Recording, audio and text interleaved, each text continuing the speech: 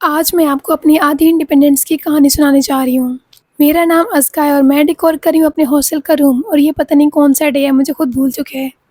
آج میں نے 4 وال ہینگنگس بنائی تھی جو کہ سپر ڈوپر ایزی تھی، آپ بھی آرام سے اس کو بنا سکتے ہیں۔ تو چلے، کام کی باتیں ہو چکی ہیں، اب ہم آتے ہیں اپنی فضول باتوں کی طرف۔ جیسا کہ میں نے ویڈیو کے اسٹارٹ میں کہا تھا کہ میں آپ کو اپنی آدھی انڈیپینڈنس کی کہانی سناؤں گی۔ اب یہ آدھی اس لیے کیونکہ مجھے پوری آزادی ابھی تک ملی نہیں ہے، تو آدھی کی سنا سکتی ہوں۔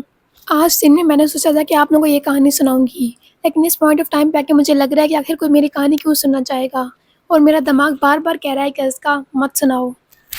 لیکن خیر، اب یہ فضول باتیں کرنی پڑیں گی کیونکہ میں نے اور کچھ سوچا نہیں ہے کہ میں اور کیا بولوں گی ویڈیو میں، اور میرے خیال میں یہ ہاف انڈیپینڈنس والا کیس صرف میرے ساتھ نہیں ہے بلکہ باقی سب کے ساتھ بھی یہی ہے۔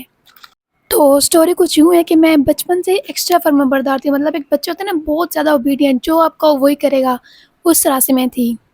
اس پوائنٹ آف ٹائم پہ آ کے میرے کوئی خواب نہیں تھے، مطلب میرا کوئی ڈریم نہیں تھا کہ میں کیا بننا چاہتی ہوں کیا نہیں بننا چاہتی۔ اور جب میرا میٹرک اور ایف ایس سی کا ٹائم آیا تو میں نے گھر والوں سے پوچھا کہ میں کون سا سبجیکٹ رکھوں، تو انہوں نے بولا بایو رکھ لو، میں نے بایو رکھ لی۔ اس بات سے آپ لوگوں کو سمجھ آ چکا ہوگا کہ میں کتنی اوبیڈینٹ بندی تھی۔ ایف ایس سی کے بعد میرے گھر والے مجھے ایک دوسرے شہر لے گئے، اکیڈمی میں میرا ایڈمیشن کرا دیا، اور ساتھ ہی مجھے ایک ہاسٹل میں چھوڑ کر چلے گئے۔ مطلب وہ بندی جو کبھی گھر سے باہر نہیں نکلی اکیلی، اس کو اس کے پیرنٹس اکیلے ایک اور شہر میں چھوڑ کر جا چکے ہیں۔ ویسے کتنے کانفیڈنٹ میرے ماں باپ ہیں، اور میں بھی اتنی کانفیڈنٹ بندی کہ میں نے دوسرا کوسچن تک نہیں پوچھا کہ میں اکیلے یہاں کیسے رہوں گی۔